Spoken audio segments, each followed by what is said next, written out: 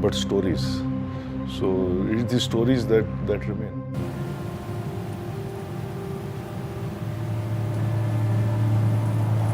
So we used to all play soccer because soccer was my game, so we used to play soccer in the evening on the field we have here. And about half the people playing would be the security guards, who would be about 40, 45 years of age. And my father always believed that because of incidents like this, he was conditioned to believe that guards must not come locally so that they can be more neutral. So half of our guards came from Rajasthan and the other half came from Nepal.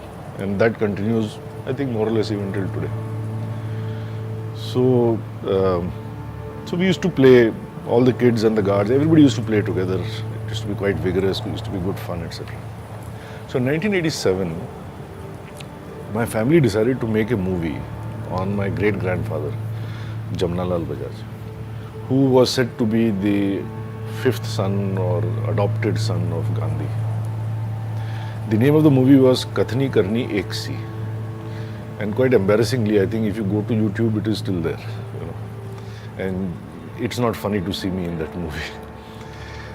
So in that, it's not really a movie, it's a documentary, about 45 minutes long.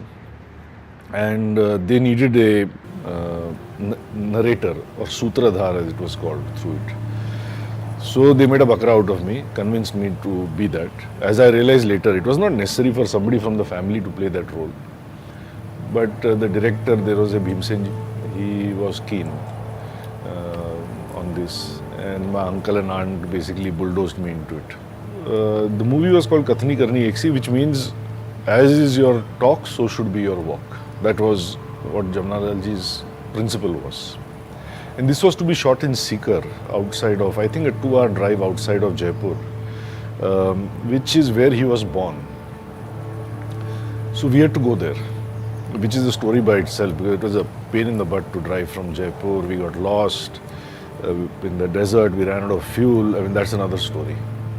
But the more important story is that when we got there, I was shocked to see where, quote unquote, we came from, because it was just a mud house. It was a very small mud house, at least up until 1987. And when I walked into it, I couldn't even walk erect. I had to bend down because the arches were low, etc. And it had been still maintained by the village in honor of his memory. And I actually remember going to the room where he was born. He was born there, and there was still a candle lit over there, and his photograph was there. So I was very touched to see that. So I think we did some shooting over there. And then we had to go to a village well, and we had to shoot over there. So because the village well was a community place where people would gather, etc. So we said we will shoot there. So I remember that evening at about 5, going there, and I saw a familiar face. So there's a guy called Subhash, who was a security guard. So I said to him, what are you doing here? तुम इधर क्या कर रहे हो, Subhash? So he said, Baba, maybe इसी गांव का हूँ. He said, I'm also from the same village. So I said, oh, okay. So I said, how come? So he said, no, I mean, I joined the company a long time back, and I have come here for the summer vacations. So once a year they used to go back. And I asked him, so where is your home? So he said, आज आप shooting कर रहे थे ना जमनालाल जी के घर पे? I said, yes. He said, you were shooting at Jamnalal ji's house. I'm your neighbor. And this was a life-changing moment for me, because I knew the story that Jamnalal ji was actually born into a very, very poor family. He was one of many kids, and his parents were very poor. And he happened to be at the age of 4 playing outside in the courtyard in the middle of the day with the blazing sun. And that was what my cousin was going to act out. That's why I knew this. And he had turned pink in the sun. And there was a Sethji who was about 60 years old. His name was Bacharaj Bajaj, who in his fancy carriage was going past, horse carriage. And Sethji had no kids. And he saw this child and he felt there is something special about this child. So he walked up, knocked on the door, and Jamnalal ji's mother opened the door. Is how the story goes. And as is custom, she offered water. To which then he asked her that, whose child is this? And in a manner of speaking figuratively, she said, Tharoi hai in Marwadi. I believe that means it's like your child. It's the way you say it with affection. He said, okay, then I'm taking the child. So she was aghast. So she called her husband. And so he asked what has happened, and she said, look, this is what has happened, he's taking the child away. To which apparently the husband said that the word once given has to be honored. That is the genesis of Kathni Karni Eksi. That once you have said something, you must honor that word.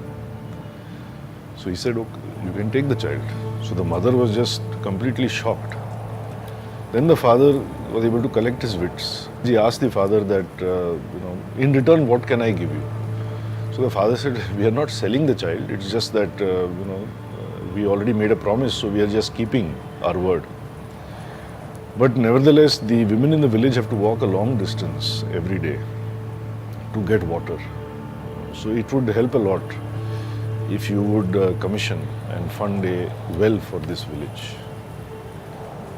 To which he agreed. That is how that well came about. And that is why we went to shoot there at that well.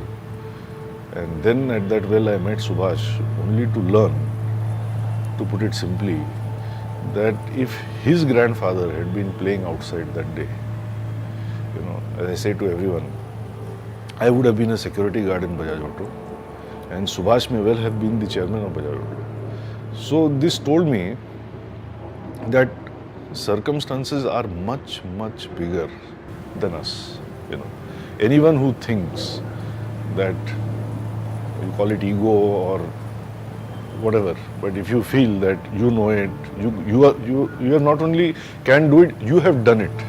This whole concept that I have done it, this is mine, why it is wrong is because circumstances are so much bigger than you that where you are is purely luck by chance. Of course, within that, how you conduct yourself, etc., that's a important but minor detail. But if we have to consider as a family, or if I have to consider as a person, why I am here, I can keep talking about lineage, heritage, grandfather, great-grandfather, father, Harvard Business School, engineering degree, meritocracy and all that. It's all rubbish. I am here because my great-grandfather was playing marbles in the courtyard one afternoon. And somebody happened to be passing by. He was very wealthy. That is how the family came into wealth. So that was a very impactful story for me.